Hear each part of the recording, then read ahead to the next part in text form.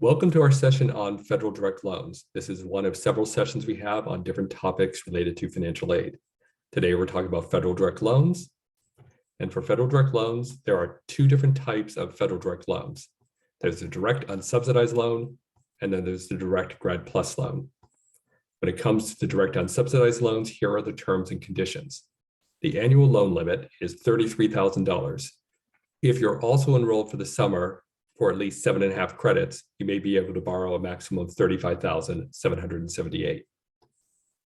The interest rate is fixed in May of each year for the life of the loan and is based upon the 10-year Treasury bill rate plus 3.6%. There's an origination fee, which means that the federal government gives you approximately 99% of the amount you requested. And repayment begins 6 months after you're no longer enrolled on at least a half-time basis. There are different types of repayment plans, including fixed length repayment plans, which are either 10 or 25 years, and then income-driven repayment plans, which base your repayment on your adjusted gross income rather than the amount you borrowed. For the direct Grad PLUS loan, the annual limit is equal to your total cost of attendance minus all other aid, including outside scholarships and sponsorships. The interest rate is also fixed in May for the life of the loan and is equal to the 10-year Treasury bill rate plus 4.6%. There's an origination fee like the direct unsubsidized loan, but in this case, it's higher. It's approximately 4.25%.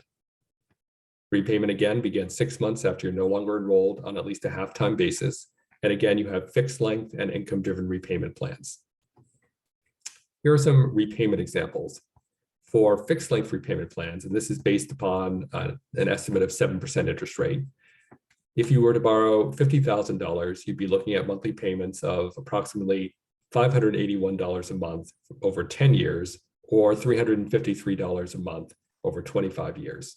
If you were to borrow $75,000, you'd be looking at $871 a month over 10 years and $530 a month over 25 years.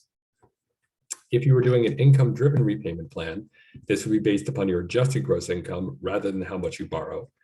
If your adjusted gross income was $50,000, you'd be looking at monthly payments of around $256 a month. Compared to at $100,000, you'd be looking at a monthly payment of around $672 a month.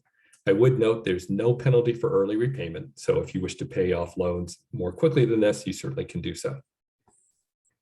So how are you eligible for federal loans? First, you have to be a US citizen or permanent resident. You have to file the free application for federal student aid, also known as the FAFSA.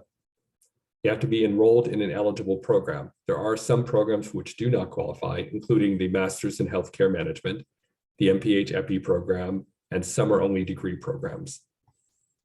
You have to be enrolled on at least a half-time basis, which is 10 credits per semester. You can't be in default on any federal student aid. You can't have reached your maximum aggregate borrowing. And for Grad PLUS loans, you can't have a significantly poor credit history. So what if you want additional information on these topics? You can find a lot of information at studentaid.gov. There's information on repayment, eligibility, interest rates, and a lot more. You can also contact us at the Office of Financial Aid. You can contact us to make an appointment or to send an email. And also you can find a lot of information on our financial aid website. So thank you for attending this session. We encourage you to look at some of our other relevant topics. Thank you.